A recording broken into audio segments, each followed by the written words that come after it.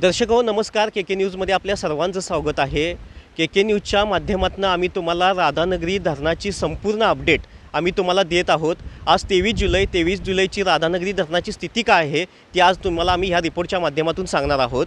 आज राधानगरीच्या 7 स्वयंचलिताची जर काय स्थिती बघायला गेली तर राधानगरी धरण हे 88% भरले असून येथील जी पाणी पातळी आहे ती 340 फुटाच्या वरती जाऊन पोहोचलेली आहे। हे धरण ज्या वेळेला याची पाणी पातळी 347.50 फूटच्या वर जाते त्यावेळेला हे धरण 100% क्षमतेने भरलं जातं। आणि येथील प्रशासनानेही तशा सूचना दिलेल्या आहेत की नदीकाठच्या लोकांनी सतर्कता बाळगा, कारण इथल्या धरणाच्या विद्युतगृहातून 1500 क्युसेकने विसर्ग हा चालू आहे। नदीकाठच्या लोकांनाही सातत्यानं प्रशासन आव्हान करत आहे। प्रशासन सध्या अलर्ट मोडवर आलेलं आहे। कालच पंचगंगेची इशारा पातळी नदीने ओलांडलेली आहे। आता सध्या तसं बघायला गेलं तर पंचगंगेची ही वाटचाल ही धोका पातळीकडे सुरू झालेली आहे। त्यामुळे कुणीही निष्काळजी न राहता आपण आपली व आपल्या कुटुंबाची काळजी घ्या, कारण सकाळपासूनच राधानगरी धरण पाणलोट क्षेत्रामध्ये पावसाने जोर धरलेला आहे।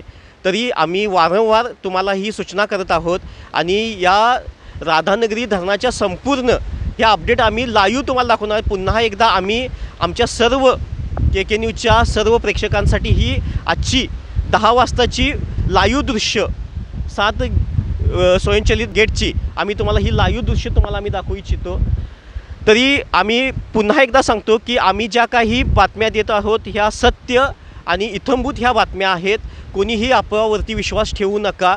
वेळोवेळी आम्ही तुम्हाला के न्यूजच्या माध्यमातून तुम्हाला आम्ही राधानगरी धरणाचे अपडेट पोहोचवतच राहू। तरी तुर्तास इथे थांबतो।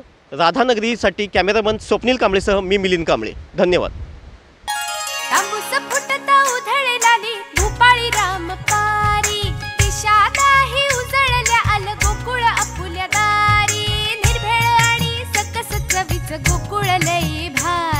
चव आहे कोल्हापुरी, गोकुळ लई भारी। अशाच नवनवीन अपडेट पाहण्यासाठी आमच्या के न्यूज चॅनेलला सबस्क्राईब करा।